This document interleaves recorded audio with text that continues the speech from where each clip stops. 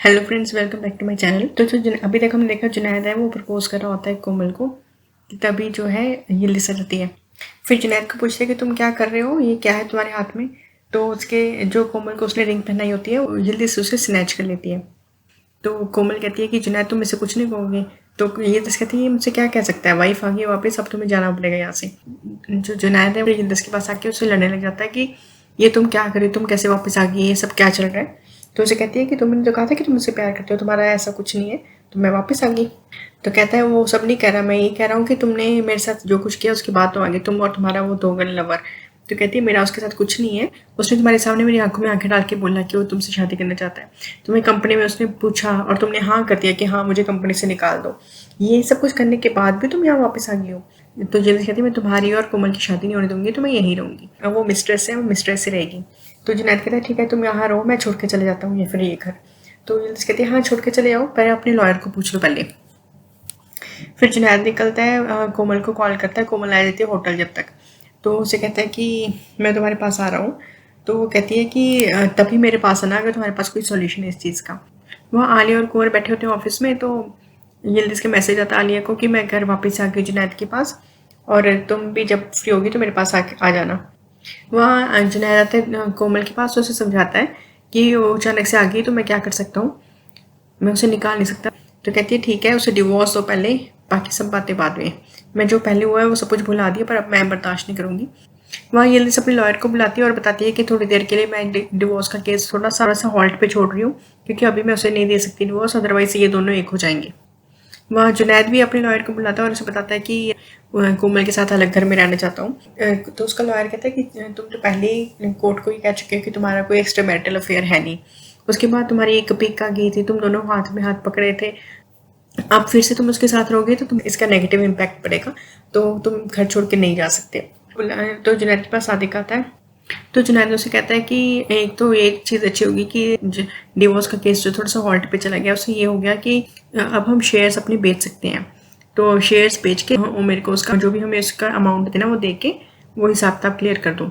वहाँ यिल्दिज़ आलिया और कुंवर आमिर सबको बुलाती है और उसे बताती है कि मैं वापस आ गई हूँ फिलहाल के लिए, इसलिए मैं इस चीज़ को सेलिब्रेट करूँगी ताकि कोमल को और भी ज़्यादा तकलीफ हो। तो वहाँ जुनैद उमेर को बुलाता है और उसे बताता है कि ऐसे करके यिल्दिज़ वापस आ गई है, इसलिए ये डिवोर्स का केस थोड़ा सा होल्ड पे, तुमने मेरी बड़ी हेल्प की है, जो तुम्हारा बनता है ना वो तुमसे अमाउंट ले जाओ। तो उमेर कहता है कि वो सब ठीक है, पर थोड़ा कोमल का ध्यान रखना, उसे हर्ट ना करना। तो जुनैद कहता है मुझे पता है कि तुम दोनों क्लोज हो, पर इतने क्लोज हो ये मुझे पता नहीं था। तो वहाँ जो उमेर है वो सीधा ऑफिस से निकल के कोमल के पास आता है और उसे बोलता है कि तुम यहाँ आ गई हो, कि अब तुम घर वापस नहीं जाओगी। तो वो कहती है कि मैं चली जाऊंगी, पर ऐसे मेरे फादर ने मुझे डिसऑन कर दिया, मुझे घर से निकाल दिया और उन्हें मेरी साइड लेनी चाहिए। वहाँ जुनैद फिर से कोमल के पास आता है और आके बताता है कि उसे लॉयर ने बताया है वो अभी घर छोड़ के उसके साथ नहीं रह सकता, उसे उसी घर में रहना पड़ेगा। तो कहती है कि और डिवोर्स का क्या बोला। तो कहता है कि अभी वो कहता है कि डिवोर्स इतनी जल्दी नहीं हो पाएगा क्योंकि जल्दी से वापस आ गई है। तो जुनैद कहता है कि तुम्हें थोड़ी सी मेरी वेट करनी पड़ेगी, मेरे साथ देना पड़ेगा। तो कोमल कहती है मैंने तुम्हारी कितनी वेट की है, मैं और कितनी वेट करूँ, कितना टाइम कहा है उसने। तो वो कहता है may be couple of months. तो वो इतना गुस्सा आ जाती है, इतनी गुस्सा आता है उसे, उसे उठा के बाहर फेंक देती है, खींचती है और कहती है यहाँ से निकल जाओ, मेरे पास तब आना जब कोई सोल्यूशन हो, अदरवाइज मेरी लाइफ ख़राब मत करो। वहाँ जैसे ही जुनैद वहाँ से निकल के घर वापस आता है तो यिल्दिज़ ने पार्टी रखी होती है, यिल्दिज़ ब्राइड बन के आती है और कहती है हम दोबारा शादी करेंगे। तो उमेर को ये सब कुछ अच्छा नहीं लग रहा होता कि ये सब कुछ क्या हो रहा है। उसे पता होता है कि कोमल को इस चीज़ से तकलीफ होगी। अब सारे जर्नलिस्ट वगैरह होते हैं, तो यिल्दिज़ से ये जानबूझ के कर रही है मैसेज देने के लिए कोमल को कि हमारी शादी फिर से होगी। तो वहाँ काफ़ी पार्टी चलती है और काफ़ी डांस वगैरह होता है।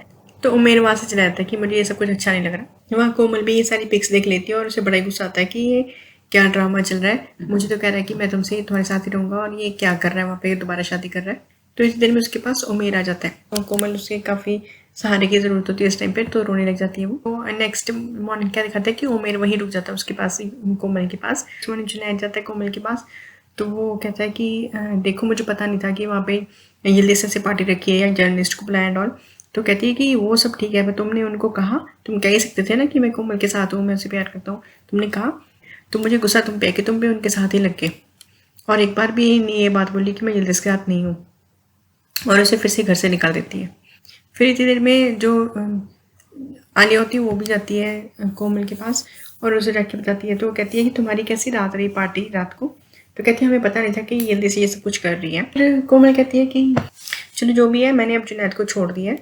तो आलिया कहती है ये तो अच्छी बात है अगर तुमने ये डिसाइड कर लिया है तो। फिर उसके बाद आलिया पूछती है कि तुम यहीं रहोगी अब क्या? तो कहती है नहीं, अगर मेरे फादर बुला लेंगे तो मैं चली भी जाऊँगी। तो कहती है चलो ठीक है, मैं तुम्हारे फादर से बात करती हूँ। फिर वहाँ फ़ेज़ा जो है अपनी डीएनए की रिपोर्ट लेके जुनैद के पास आ जाती है और उसे बताती है कि तुम उसके फादर हो। तो रिपोर्ट देख के जुनैद कहता है कि ये सब कुछ ठीक है, पर देखो ये तुम्हारी गलती है, तुमने इतनी देर तक ये बात मुझसे छिपाई। अब मुझसे बहुत ज़्यादा कुछ एक्सपेक्ट मत करो, मैं उसके सारे एक्सपेंसेस उठा लूँगा, उसकी फ़ीस पढ़ाई एंड ऑल, पर मुझसे और कुछ एक्सपेक्ट मत करना। तो फ़ेज़ा कहती है मैंने तुम्हें ये सब कुछ इसलिए नहीं बताया कि तुम उसका खर्चा उठाओ, उसका ध्यान रखने के लिए मैं हूँ, सिर्फ तुम चाहते थे इसलिए मैंने बताया तुम्हें। और वो बहुत ही ज़्यादा गुस्सा होकर वहाँ से चली जाती है कि ये तो मेरी इंसल्ट है।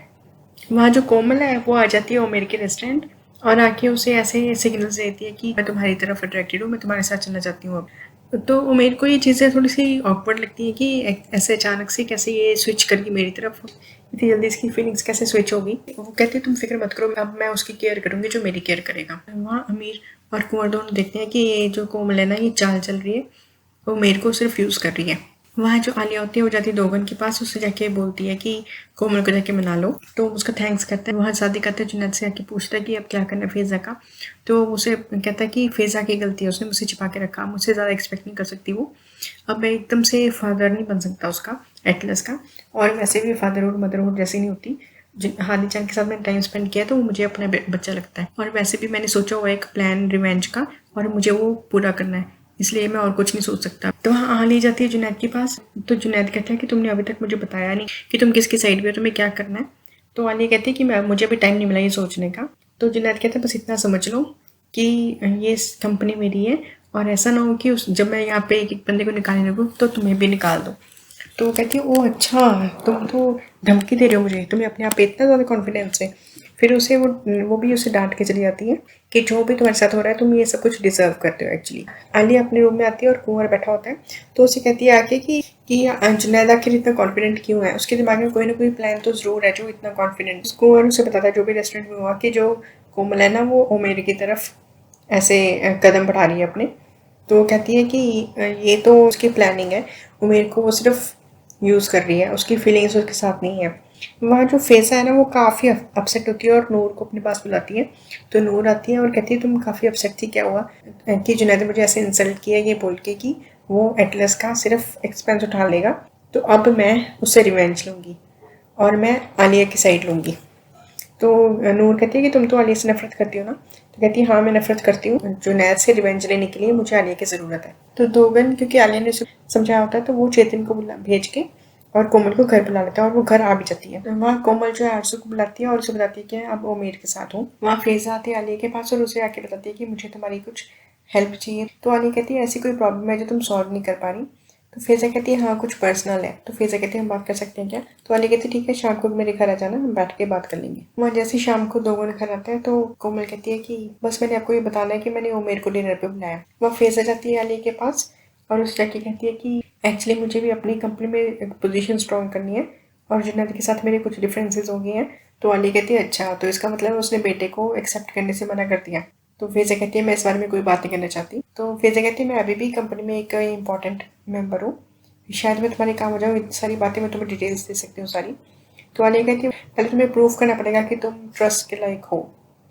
तो फ़ेज़ा कहती है वो कैसे? तो आलिया कहती है कि आरज़ू को कंपनी से निकलवा के। वहाँ उमेर को डिनर पे बुलाती है कोमल और कोमल ओवर एक्टिंग करती है, बहुत ज़्यादा ओवर एक्टिंग करती है यहाँ पे। फिर डिनर के बाद दोनों बाहर बैठ खड़े होते हैं और क्लोज आते हैं। वहाँ आयशा बताती है यिल्दिज़ को कि उमेर उनके घर पे आया हूँ। तो उमेर उससे कहता भी है कि तुम इतनी रश मत करो, आराम से सोचो तुम्हें एग्जैक्टली क्या चाहिए, कंफ्यूज मत हो।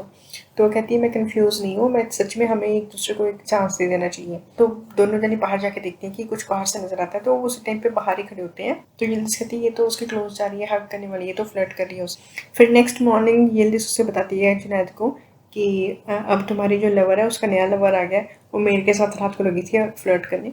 फ़ेज़ा और आरज़ू जाते हैं उमेर के रेस्टोरेंट, ये फ़ेज़ा का प्लान ही है अब। तो कुंवर आलिया को बताया था कि फ़ेज़ा यहाँ पे आ गई, तो आलिया कहती है कि मुझे अपडेट करते रहना। और यहाँ पे ना बड़े अमेजिंग सीन्स हैं। फ़ेज़ा और कुंवर की आपस में साँठ-गाँठ होती है और उसकी वजह से उमेर और आरज़ू में काफ़ी क्योस क्रिएट हो जाता है। यहाँ पे फ़ेज़ा की एक्टिंग फ़नी और ऐसे इस वाली ओवर एक्टिंग होती हुई बहुत ज़्यादा क्यूट लगती है। पहली बार मुझे फ़िज़ा अच्छी लग रही थी और इसका जो एक-एक सीन है वो मैं इस इमीडिएटली बाद एक वीडियो निकालूँगी, उसमें सारे ये सीन्स डाल दूँगी। आरज़ू चली आती है और बड़ा ब्लेम करती है कि ये कितना बदतमीज़ है।